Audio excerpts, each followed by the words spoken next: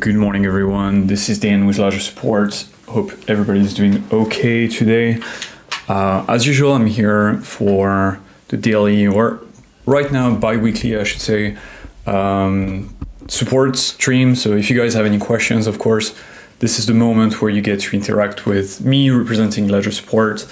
So of course, if you have any questions, go for it. I'm here for 1 hour, so until 6 p.m. CT, that's Paris time. And yeah, that's great. I can see already some questions in the chat. I see BT is here, so hope you're doing well, BT. Thank you for helping in the chat. Before I start, however, just please, as usual, I just want to make sure that you can hear me okay and the sound is good, the image is good. So if you could just give me like a quick feedback in the chat, letting me know that everything is okay, and then I'll proceed and we'll start the live. I'm gonna drink a little water as well. And then we'll start. And if you just joined again, this is Ledger Support. My name is Dan, and I'm here to help you with any of your Ledger questions. If you have questions about crypto, I've been in crypto for a long time, so don't hesitate to ask me anything, okay? Cool, all right. So I can see a few questions in the chat. Let's begin. And thank you, Alkis, for the feedback. Now, let's begin. The first question is from, it's not a question actually, it's from Mehdi. Hi, so hi Mehdi. The second one is from BT, so hi BT, hope you're doing well, mate. The third question is from Elon Morel. So question is it necessary to enable blind signing when sending transactions from MetaMask? Okay, good question.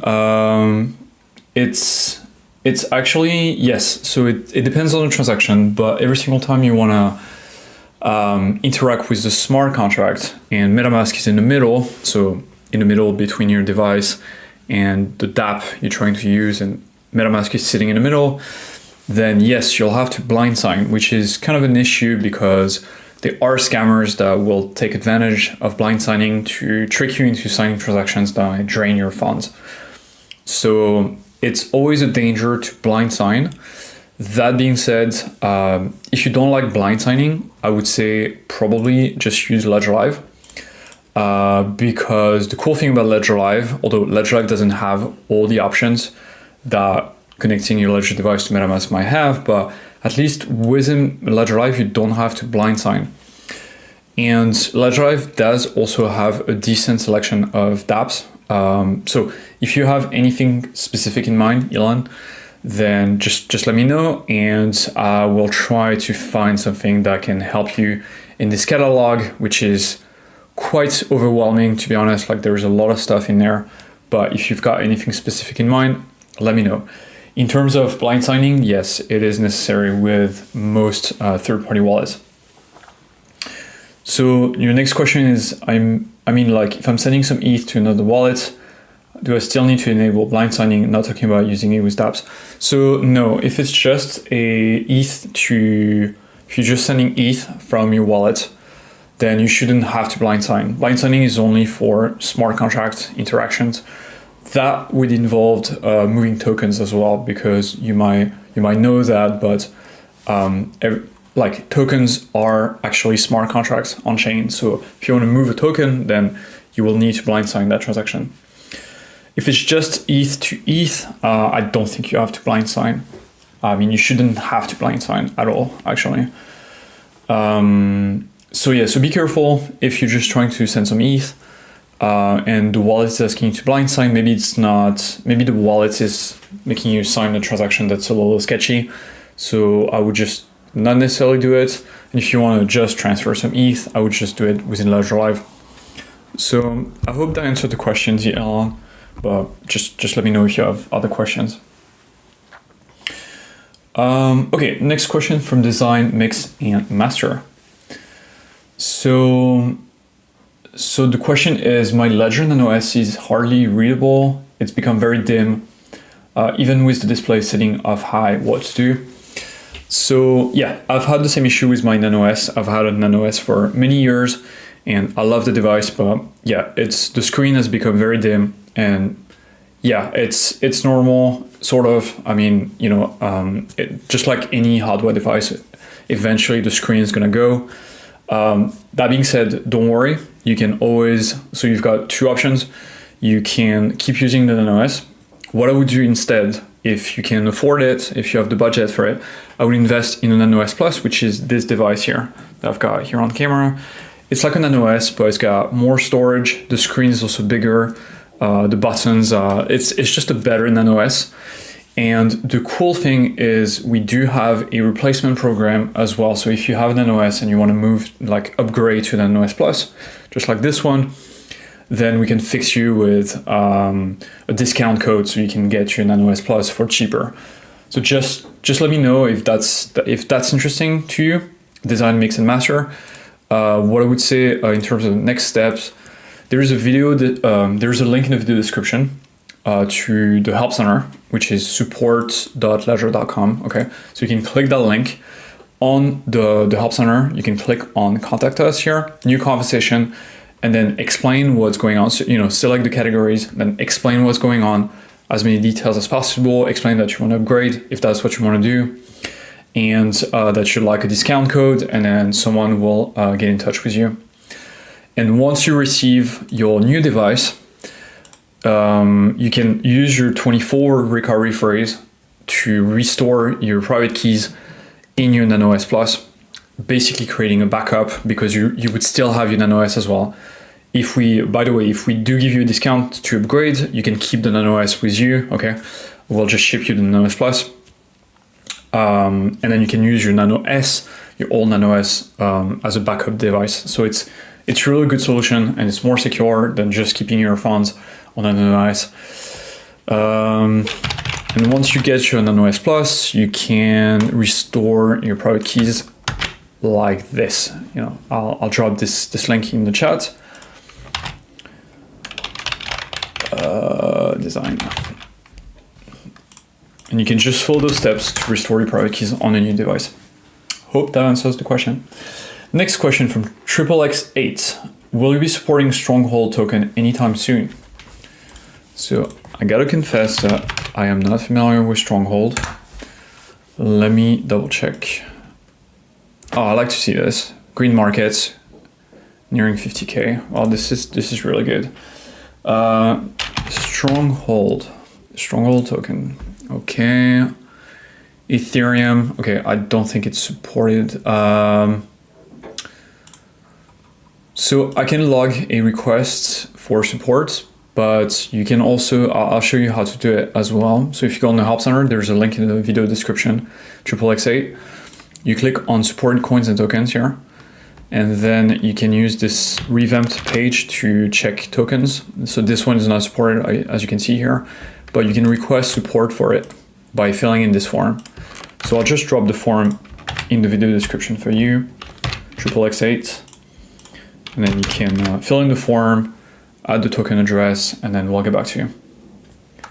It's not done instantly, by the way. It might take until the next version of Ledger Live, so make sure to have Ledger Live up to date. That being said, you can still manage those Stronghold tokens by using a third-party wallet, but I'm guessing you want it in Ledger Live. Next question from CJ Norton. Will average purchase cost be added to Ledger Live in the future? I think eventually, but it's not something that's burning hot on the roadmap, so I wouldn't hold my breath, CJ, for average purchase cost. BT, I hope you're having a nice day as well. Thank you for the kind words. Next question from Vincent Calderon. I stake some NEAR with Ledger Nano X. It's been 7 days. I do not see the unstake button. How do I unstake it? Okay, I'll show you. It turns out that I've got a NEAR wallet as well. So yeah, here. So here are my NEAR. Here are my NEAR wallet, and you can see here I've got a stake bounce, and the button to unstake is here. So you click on manage, unstake, and then you'll have to confirm that transaction. You select how much NEAR you want to unstake, so 25%, 50%, 75%, 100%. Then you continue, and then Ledger will prompt you to open NEAR app and then confirm that transaction on the device, just like this, to unstake. I'm not gonna do it because I want to keep mine staked. And so once you're done, the stake balance will go into the pending release column here, and then it will take, I think it takes a few days until it goes into the withdrawable column. And once it's here, then you can do a second transaction withdraw to get the funds back to the available balance, and then you can send it to an exchange and sell it if that's what you want to do. We do have documentation on the Hub Center that will describe this as well. Near staking is near. There you go. I'll just drop that in the chat as well for you, Vincent. Okay, let's move on to the next question. Gene Wesley, why is Ledger not staking SHIB yet? So SHIB, like the version of SHIB we support is the ERC20 token version. And this SHIB version, this one here that you see on my screen, this one cannot be staked. I think if you want to stake it, you have to bridge it to the Shibarium network using a bridge, but I don't think we support this. So yeah, maybe in the future, but for now we don't have really like that feature in the pipeline. But maybe in the future, Ajin. Next question from Gio. Why has the screen on my Ledger Nano S become dim and almost nothing is visible? Can anything be done about it? So before I answer this question, I'm just gonna answer Elon. So Elon, yes, you're correct. The tokens will not go through without blind signing. You're correct. So you'll have to activate blind signing to send your tokens. Okay, back to Gio. So Gio, why has the screen on the Nano S become so dim? Nothing is visible. Okay, so it's the dim screen issue. Nano S and Nano X. Okay, so Nano X, that might be an issue with the hardware. Nano S, depending on how long you've had the Nano S, that might just be like normal wear of the device. As I was saying at the beginning, Gio, if you want to upgrade to Nano S Plus, which is this device here, you can see on the camera, I would strongly recommend it. It's much better. It's like a Nano S, but much better. We can fix you up with a discount code so you can upgrade. So I would suggest this to replace your Nano S. And the cool thing is you can keep your Nano S, right? We'll just give you a discount to upgrade to Nano S Plus. All you have to do is go to support.ledger.com, okay? There is a link in the video description. So you go to there, support.ledger.com. I'll drop the link in the chat. And then you open a ticket via the contact us button here, all right? You explain what you need, and then we'll get back to you with the discount code, and someone will be in touch as well to help you with the Nano X screen not being bright. So yeah, so just get in touch, okay? And Vincent, you are welcome, mate. If you have any other question, just drop it in the chat. Okay, I'm here until 6 p.m. CT, so I've got plenty of time to help you. Gio, one last thing. For the Nano X screen. Nano X screen. Give me a second. Troubleshoot. Okay, no, I thought we had some documentation specifically about the Nano X screen. Okay, but just get in touch, okay, Gio. We'll, an agent will help you with the Nano S, the upgrade to the Nano S Plus, if that's what you want, and help with the Nano X as well. Cool, next question. Okay, this one's from Jakor. Hi guys, do you know approximately the estimated time to implement Caspa on Ledger Live? Greetings from some part of the world. I like that. Well, greetings from Paris. I wouldn't hold my breath for a fast integration, to be honest, because Caspa is complicated. There is staking. It's based on the Cadena network, I think. So it's quite a complicated blockchain to implement. That being said, right now, Jakor, you can really safely use the Caspa Vault. Really, it's a good app. I've used it myself with my Ledger device. It's just as safe as using Ledger Live, but it's got all the features that you need right now to stake, for example, with Caspa. And I added like some documentation here to help you get on board with this. I'll probably include like maybe in the future how to stake as well if it's supported with the device. But yeah, so check out this guide here. But Ledger Live support probably not anytime soon. But I'll escalate. Why not? I dropped this link in the chat for you, Jakor. Next question from Grant. I received very small payments on my Ledger XLM wallet. I think this is what is called a dust attack. I did email Ledger, but not sure what can be done to protect my privacy funds. Good question, Grant. You're correct. It's a dusting attack. There is nothing you can do to stop it, unfortunately. And the reason why is because two things. First of all, your blockchain address is public. So anyone can go on the Stellar blockchain explorer, sample, 1 million addresses and send very cheap payments to all these different addresses and just dust all these different addresses. So there's nothing you can really do. Moving your funds to a new address will not help because the dusting will continue because it's so cheap to do on those blockchains. What you can do instead is just ignore the dusting. I would also recommend that you try not to use the, so let's say this is your account and you've got some dust. Make sure you do not copy paste addresses from the latest operations section here, because you might by accident copy the address, the scammer's address, right? The person that dusted you. This is actually what they want. They want you to make a mistake, grab their address and send funds to you. So instead, just always use the receive and send buttons like that when you want to interact with your Stellar or XRP accounts. Okay, that's the easiest way you can do it. So Grant, I hope that answered the question. I do think we have some documentation on dusting attack, I think, and what to do. What is dusting attack?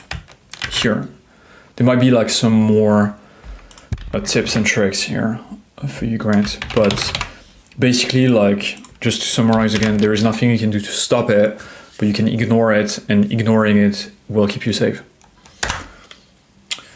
Cool. Next, Pat, go again. Can you connect 2 NanoX to one Ledger Live? Yes, you can connect as many NanoXs to one Ledger Live as you want. We have documentation that explain how to manage multiple devices with one Ledger Live instance. Here's an article here that can help you. I'll drop it in the chat for you. Okay, Pat, I'll tag you as well. What I would suggest, however, since you're going to be using multiple devices, you should rename your accounts in a way that makes it clear which device controls which account. So for example, you've got 2 NanoX. Okay, you've got this Tron account here is supported by NanoX number 1. So you could call it like NanoX Nano 1 or NanoX 1. Okay, and then you rename the account. Let's say, for example, this one is secured by your different NanoX device, then you can call it near NanoX 2 and so on and so forth, right? This way you can keep things all tidy and you will not get into issue where you're trying to access an account from the wrong device, in which case you're gonna get like error messages and stuff in Ledger Live. So I hope that helped. Guillaume, just going back to you, thank you for your response. I mean, that the completely new NanoX device also has screen issues. I have at least 6 or 7 units with this problem. Is it possible a software fix could be applied? So that's not going to be fixed by software necessarily, Guillaume, but please do get in touch and we'll replace, like if those devices are new, they are covered by warranty and we will replace the devices. So again, just get in touch and I'll drop the link one more time for you, Guillaume, in the chat. Get in touch with the team and they will assist you in changing the devices. Pat, you're welcome. If you have any other questions, please do let me know. I'm here for an hour, 40 minutes now, so don't hesitate, okay? All right, next, so Elon, if you still listening, yes, you will need to blind sign if you want to send tokens. But again, I would say, you can send tokens without blind signing from Ledger Live as well. So just be super careful when you blind sign anything. Personally, I really dislike blind signing. I used to not care about it, but now it's just like there's been so many scams and malicious smart contracts and stuff, so I would be really, really careful. Okay, Gio, the stacks. So the stacks, no news. I don't have an update for you. I also paid for the stacks back in December 2022. I'm still waiting for mine. We're working on it. Once we have an update, we'll send you an email. We'll send an email with an update to the address that you used to pre-order. So yeah, I'm sorry, I don't really have another update. I really don't know when that's going to be shipped, but I know the team is working on it and they'll make sure they have a good product before they ship it. Okay, let's go back to L. What is the latest firmware update on Ledger Live? So again, it depends on the device. Okay, so also you have to differentiate Ledger Live update, which is Ledger Live is just a software, okay, that can facilitate transactions with your Ledger device. For Ledger Live, the latest update on desktop is 275.0. On mobile, it's 3.39. If you don't have the latest version, you can use this link here, L, to download Ledger Live on mobile or desktop. I would actually encourage you to bookmark it so you can use it safely, okay? Because there's a lot of fake Ledger Live app that will try to steal your funds. Okay.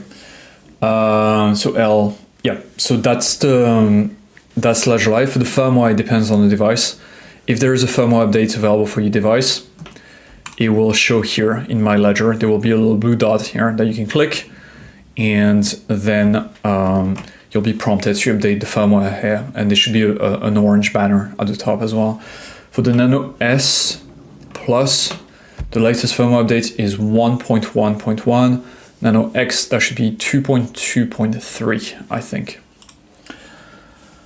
Okay, next question from Ravi.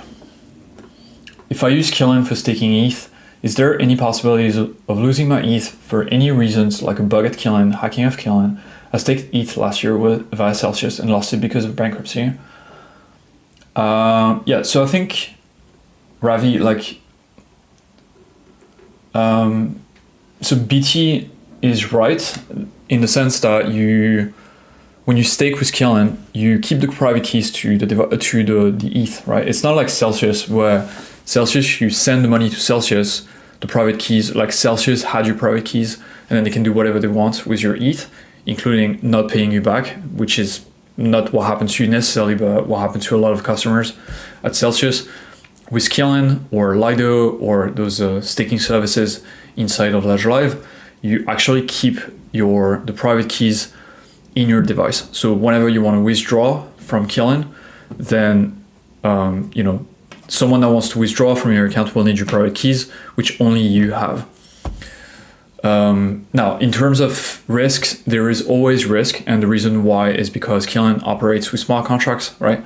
So every single staking has some risks. Now, the reason why Kiln is safe in the sense that it's been vetted by Ledger, so they're a good staking provider, but staking is never risk-free. Okay, never. Okay, next question. But for sure, you will not, if Kiln disappears, you'll still have access to your funds because, again, the private keys to your ETH is in your device, okay? Not with Kiln, which is really important. Okay, next question from Mr. Volt. Thank you, Mr. Volt. I appreciate that. If you have any questions, actually, go for it. But appreciate you stop by to say hi. Next question from AG1. I can connect my new wallet to MetaMask, but I can't get a connection to FTSO app. It worked one time, but now it doesn't see my wallet. Any ideas on how to get a connection? The FTSO app. So AG1, I am not sure actually what the FTSO. Yeah, I'm not sure what that is. Ah, okay. FTSO, is that what you mean? Flare? So AG1, if you could like just quickly just confirm, is that what you mean? Do you mean like flare? In which case, like, what are you trying to do? Are you trying to stake your flare? Just let me know a little more what you're trying to do, because I'm not really sure. Next question from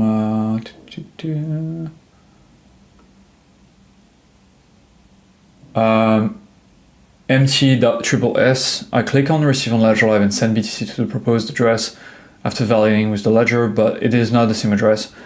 It's normal. So every single address will be new. It's a feature in Ledger Live, but with most Bitcoin wallets as well. After each successful transaction, a new address will be created.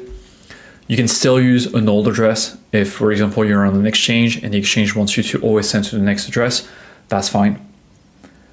So yeah, clearing the cache will not help, but the address will change automatically. That's expected, so don't worry about it. And again, if you need a fixed address, then you can just use an old address and just reuse that one. That's also fine. Ledger Live, the app, will do the accounting in the background for you, keep track of all the different addresses. But if you can change your address every single time, I would suggest it, because it's just more private that way. So I hope that helps. Oh, no. It's not like a few hours. It's like every single time you receive, like, let's say you create an address, you create your address, boom, like that, let's say. So you get your address and then you send funds to this address. Next time and then the funds are received on this address. Next time you click the receive button, the address will be different. But you can still use the first address, right, to send the funds. So it's only after a successful transaction that Ledger Live will automatically like create a new address. Does that make sense? Okay, so let me know if that makes sense, MT.SSS.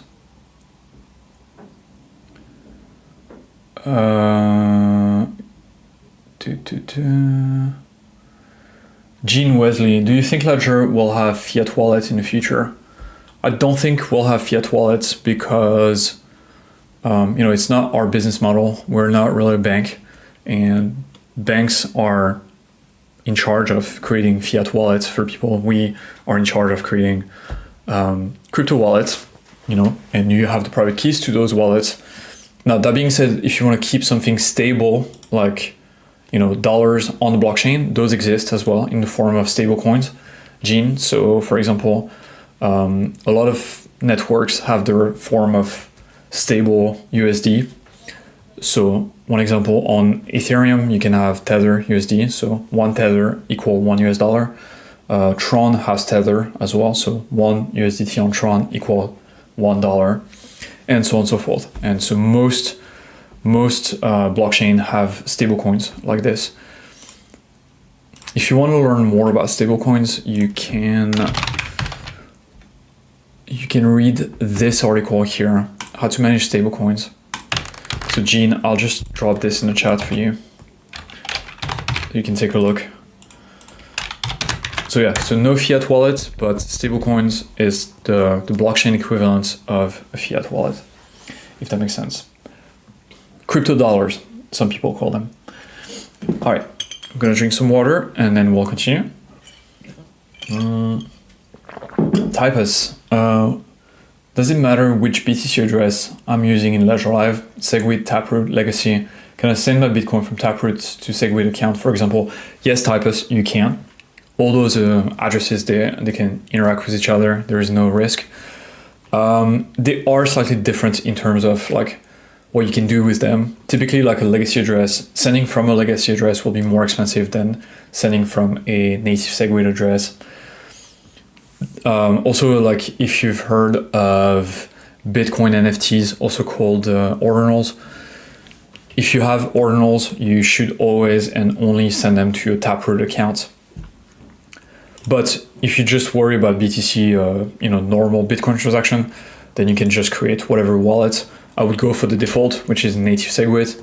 And then once you have that in the native SegWit account, you can send them to your Taproot account, legacy account, whatever you want. Does that make sense? So you don't have to worry too much about account types on Bitcoin, unless you want to store Bitcoin NFTs, ordinals, that's all.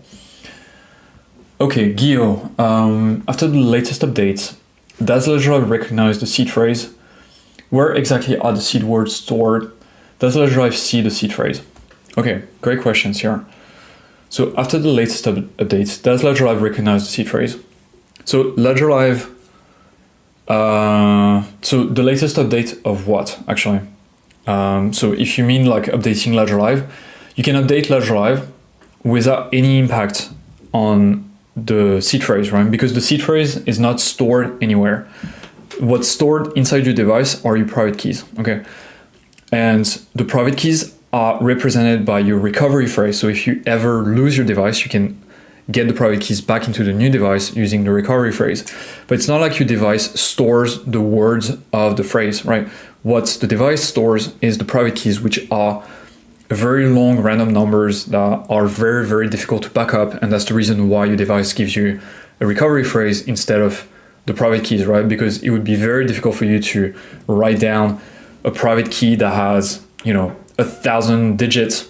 That would be very impractical to do. So instead, your Ledger device gives you words, right? Which are easier to back up. Now, when you update LedgerDrive, it has no impact on your Ledger device and the private key stored in the Ledger device.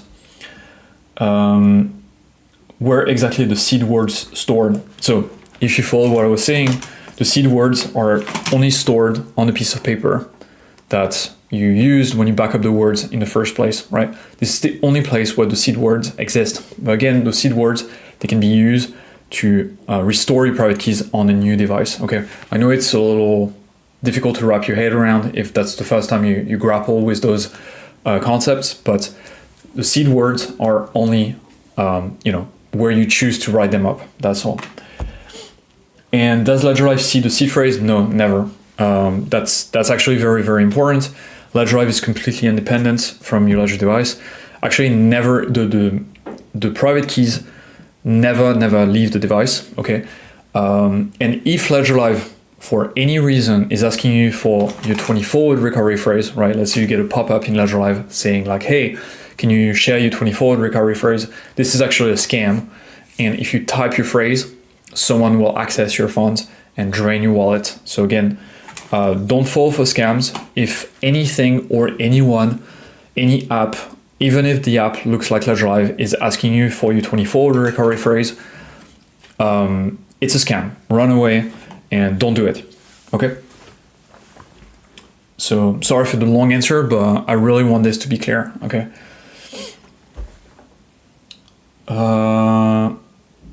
Jeep.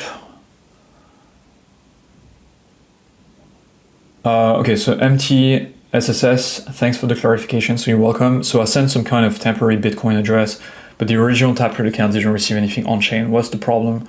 It could be just a... So when you mean the temporary BTC address, what do you mean? Like a previously used BTC address? Also keep in mind, MTSSS, that the fees on Bitcoin right now are huge, meaning that exchanges will have to pay a lot of money just to move Bitcoin. And some exchanges, if you send from an exchange, for example, some exchanges are a little cheap and then they will lowball the fees. And as a result, it might take like hours from the BTC to go to your wallet. And even then, sometimes the transaction might fail because the exchange doesn't pay enough fee. So yeah, just keep that in mind. Keep that in mind. Okay, next question from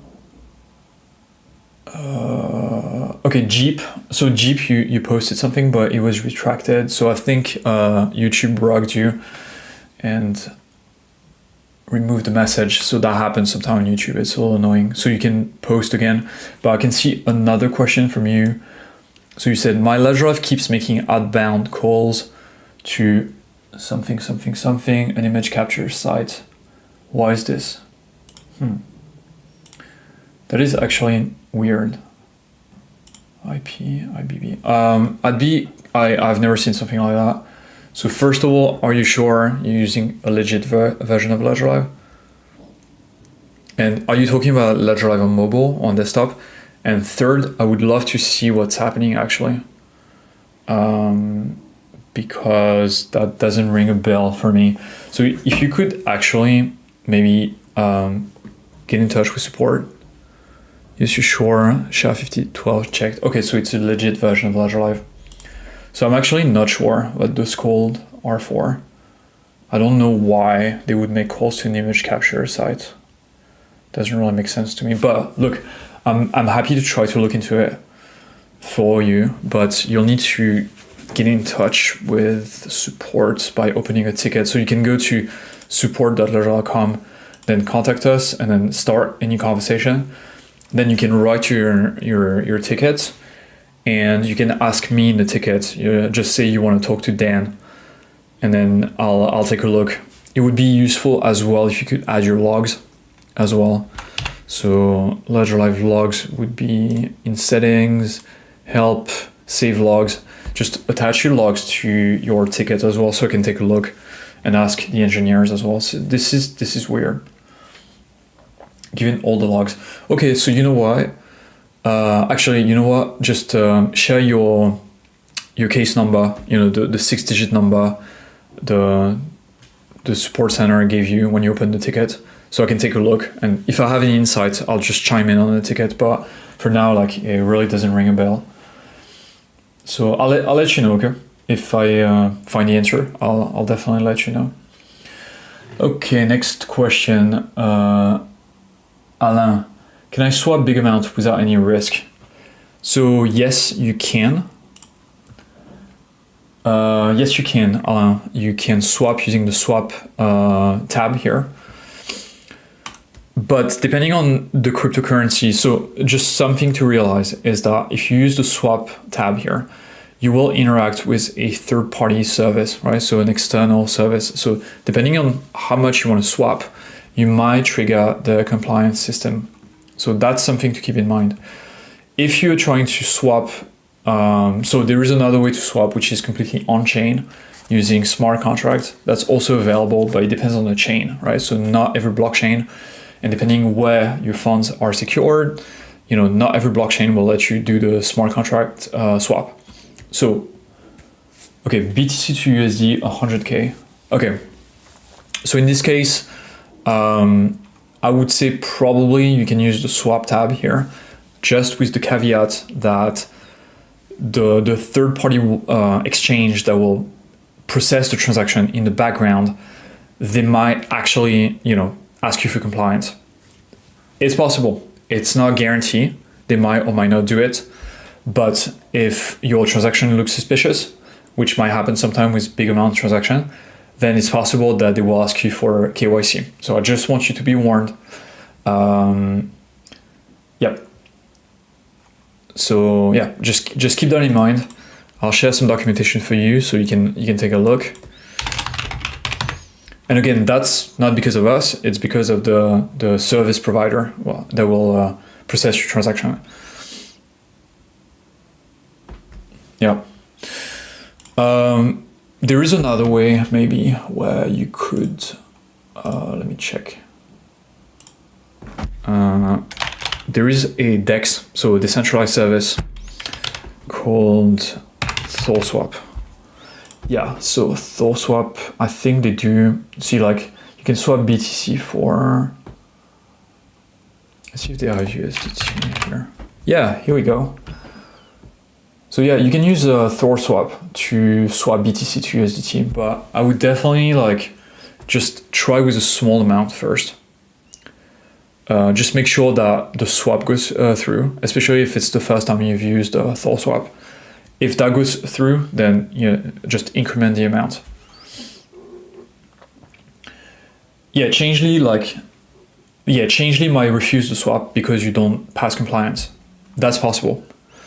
So just keep that in mind, okay? Because again, it's a third-party provider, so they have their own policy, okay? But if you want something that's not Changely, then you might as well try via Thor swap. But again, just try a small amount first and just break down the swap into multiple tranches, okay? Cool, Jeep, I got your case number. Okay, so I'll take a look at it tomorrow, all right? 145555249. Okay, I'll get in touch tomorrow. If I have some valuable insight on the situation, I'll get back to you by email, but I'll probably have to check with the developers here because I'm not sure why that would be the case, or I'll have to do the testing on my side as well. Okay.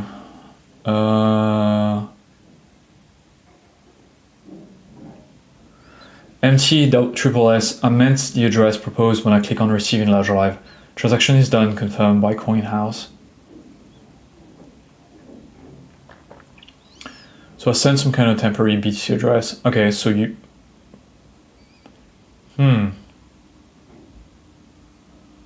So you mean like the temporary address was like generated by Ledger Live, then you did a transaction from CoinHouse, but the transaction is not reflected in your account? Is that what you mean? Because in this case, MT.SSS, there is actually an easy way to verify that. You can, if the transaction was successful or not, you can, let's say you go to your account here, you right click, edit account, you go to advanced and you copy paste your XPub here, right? So you get your XPub, keep it private, okay? It's not dangerous to share it per se, but it will give the person that has access to the XPub access to all your, like a view on your account. Then you can use this article here, XPub. Yeah, here, how to analyze a Bitcoin XPub. And then you can paste, so you can follow the steps here to read your XPub. And then if the transaction was successful, you'll see it. So I'm just gonna share this this article with you, and maybe you can try on your time. Yeah. Okay. So that's what I would do, right? I would verify myself if actually the transaction that they said was successful actually was successful, because you know, I mean, you don't know who is providing support on CoinHouse. Not saying that they do a bad job, but sometimes, you know, maybe you had to talk to the new intern that's been at CoinHouse for like 2 weeks and they have no idea how Bitcoin works. So it's possible that they give you like bad advice and the transaction actually never was confirmed. So Typus, no, Ledger Live will not be in the Windows Store. If you see Ledger Live in the Windows Store, it's a fake Ledger Live. It's probably a scam. So just don't use it, okay? Instead, if you want Ledger Live, just use that one.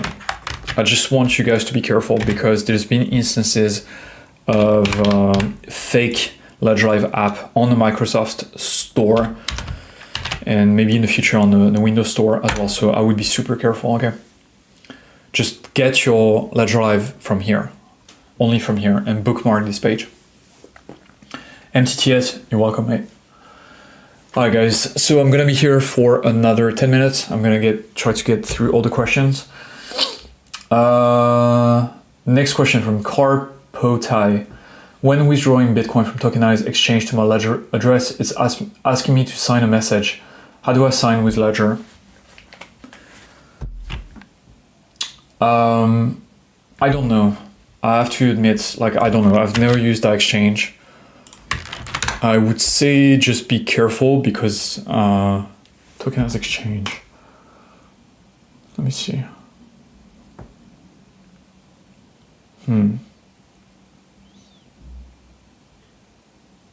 Oh wow, what is this? What is this thing?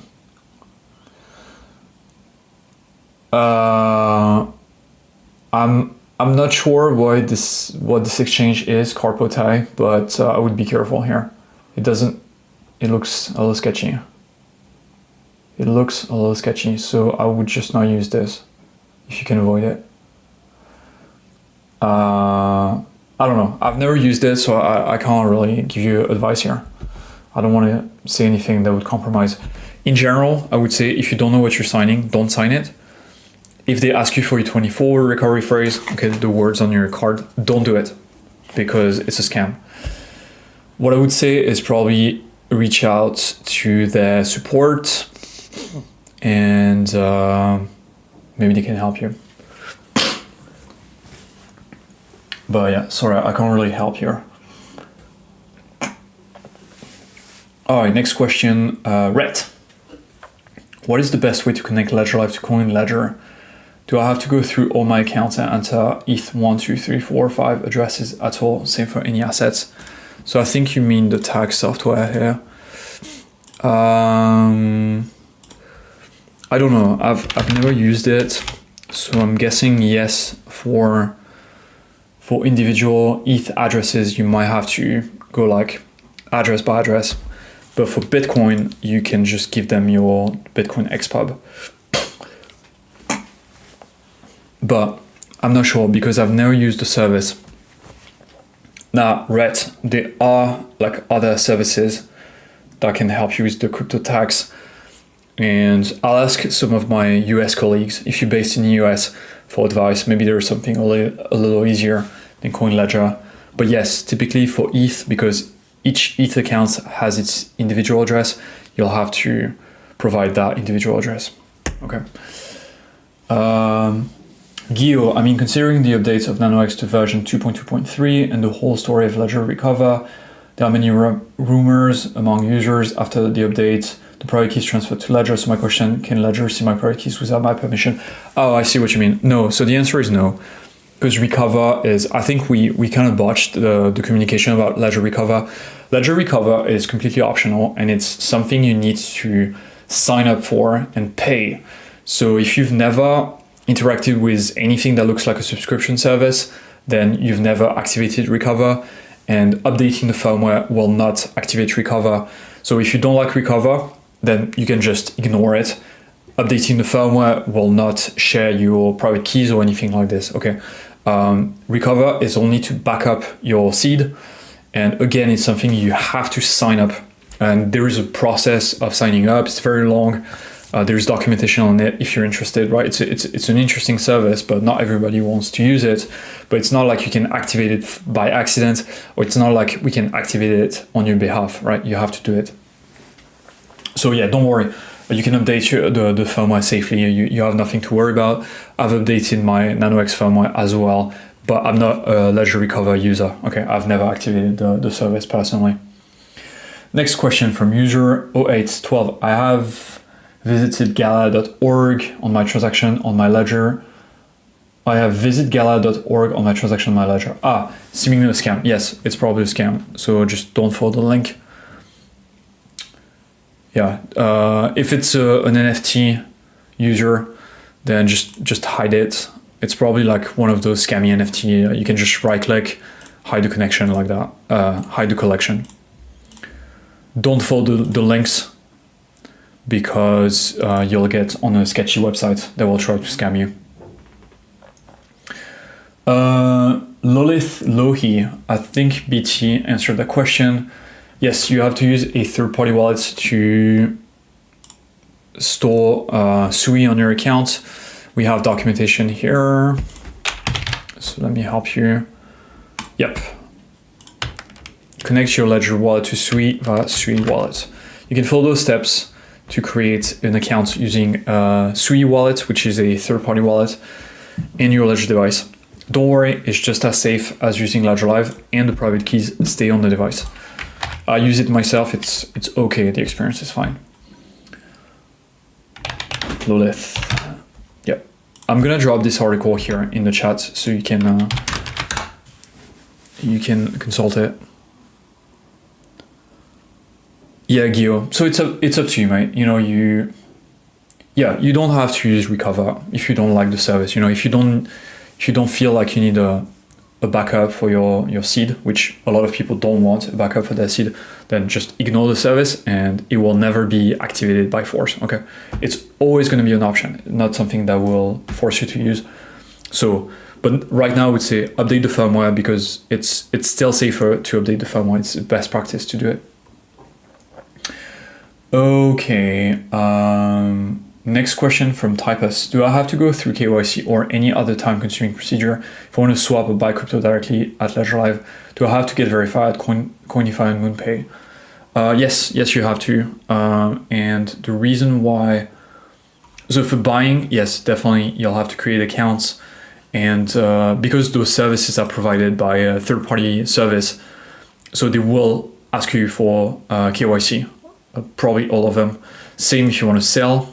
So buy and sell, you will have to go through KYC. When it comes to swap, yes, if it's a big amount, then Changely might actually ask you to KYC. But if it's like small amounts and depending on what you want to swap, then you might also want to consider using a DEX. And there is plenty of DEXs in the Discover section here. So for example, we've got 1inch.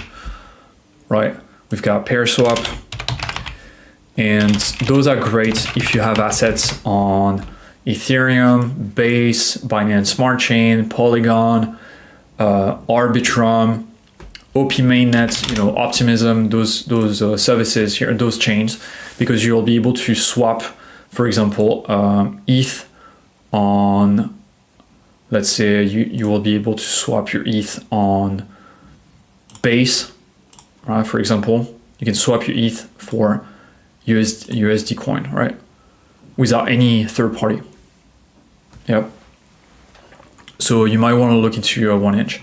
But if you're looking at cross-chain swaps, Bitcoin to XRP, for example, or Polkadot to Sol, then you will have to use the swap button. And here, depending on the amounts, you might get to have to go through. You might need to go through KYC. And yeah, you're welcome. You're welcome. Okay, who's next? Ghost Cat. Hey yo, what's going on? Yeah, I have a question. Will Ledger device ever be able to sign Solana messages without having to see it as a transaction?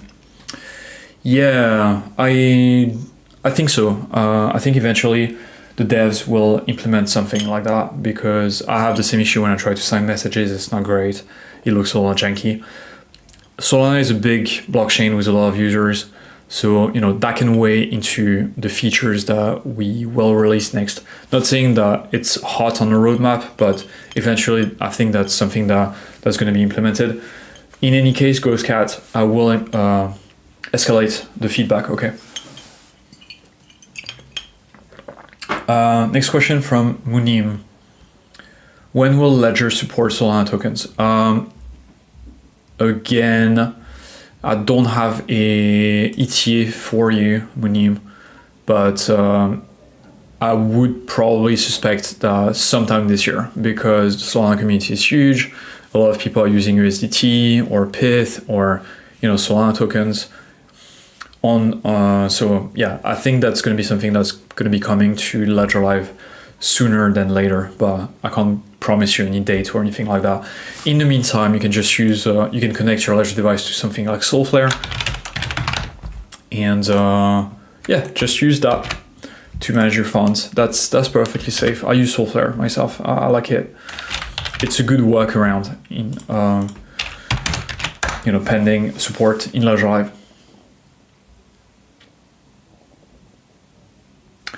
Oh, Guillaume, how is the old firmware version differ from new ones? Yeah, so sometimes, you're welcome, GhostCat. So sometimes, Guillaume, like sometimes there are, I wouldn't say there is like any critical security issues, but it could be something as simple as like revamping the pin code, there was like an upgrade, for example, that sort of revamped the pin code, like the pin screen like this, because we realized that the previous display was, there were some security issues in the sense that, a very, very sophisticated person that would get a hold of your device could potentially like find ways to guess your pin maybe, but that was never like reproduced in a while. It's just something that internally we noticed, so we updated the firmware, so the pin screen is now much safer than it was in like very old firmware version.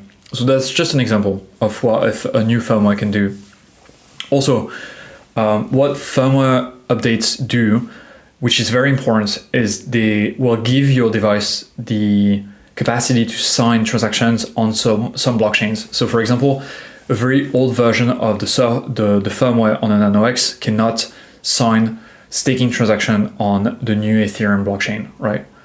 So after the merge, when Ethereum became a proof of stake blockchain, if you want to use Kellen, for example, to stake your ETH, then this old version of the firmware doesn't support signature on the new proof of stake Ethereum blockchain.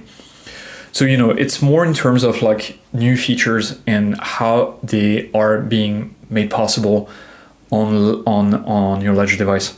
And that's the reason why firmware updates are important, right?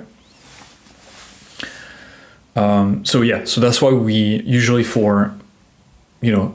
in order to get the best features and for compatibility concerns, you should always update the firmware. But again, it's up to you. I can't force you to do it. Next question from Zinedine. I have my Sol in my Ledger X. Okay, that's good. If you have any questions about it, just let me know. Guys, I'm gonna go in 1 minute actually, so I'm gonna try to rapid fire all those questions. Clean cut, receiving unknown error when swapping from Stellar terms. So I don't know about this issue. It might be on the Stellar terms side, but it could be as well that your app and firmware are dated as well. So you should make sure you've got the latest firmware on your device. You can check that by going into the My Ledger section and make sure you've got the firmware is up to date, and also make sure that the Stellar app is also up to date. That should fix most of the issues. Okay, great. So MTA SSS, that's good. Happy to hear that. Yeah, so just have to wait. This is common right now because of the congestion on the Bitcoin network. So happy to hear that. Next, Jordan, when will full staking support be integrated for HBAR? No ETA for now. Just use Hashpack. It's the best experience right now you can have with staking. Again, the private keys are in your device, so it's perfectly safe. Croft1, glad to hear Sol token support coming. Pain in the ass using Ethereum Wallet. I agree, it's coming. Alexander, can't find my Arbitrum account in Ledger Live. Okay, the reason why is because it's a little buried. You have to, I'll show you where it is. So it's not that, okay, I know it's super confusing. It's actually here. So you have to scroll all the way down and select Arbitrum ETH here. That's the one you want, Jordan. I think I'll update the documentation with this detail here because you're not the first person that says that. And last question will be from Vijendar Kumar. Can Ledger transaction be tracked by any government with the IP address? No, I don't think so. I don't think so because can they be tracked? No. First of all, like a transaction is wallet to wallet, so the information would be like a hash of the transaction. In terms of IP address, if the government is actively tracking your ID and the traffic that goes in and out of your house, and the police is looking for you, then I'm sure there might be a way where they might be able to, know that you are doing you're doing transactions with Ledger Live, for example, but they might not know who's receiving the funds or anything else about the transaction, because again, those transactions, they are hashed. So I wouldn't worry too much about it. And also there is many ways to change IP addresses as well. So I'm not giving you any advice here, but it's like IP addresses don't reveal anything specific about your transaction history, right? If that makes sense. All right, guys, I'm gonna have to leave because it's 6 p.m. and if your question didn't make it into this stream, I'll be back online at 4:30 p.m. CT tomorrow. So happy to answer all the questions then. In the meantime, stay safe, please do not share your 24-hour recovery phrase. Stay safe, again, don't get scammed. Okay, anyone, any software, any website, any app, any person, even if they pretend to be from Ledger, asking you for the 24-hour recovery phrase is trying to scam you. Okay, so just be super, super, super careful. I don't want you guys to be scammed. The market is bullish. Okay, it's not the right moment to get scammed. There is not a good moment to get scammed, but especially now, right? Cool. I'll see you tomorrow.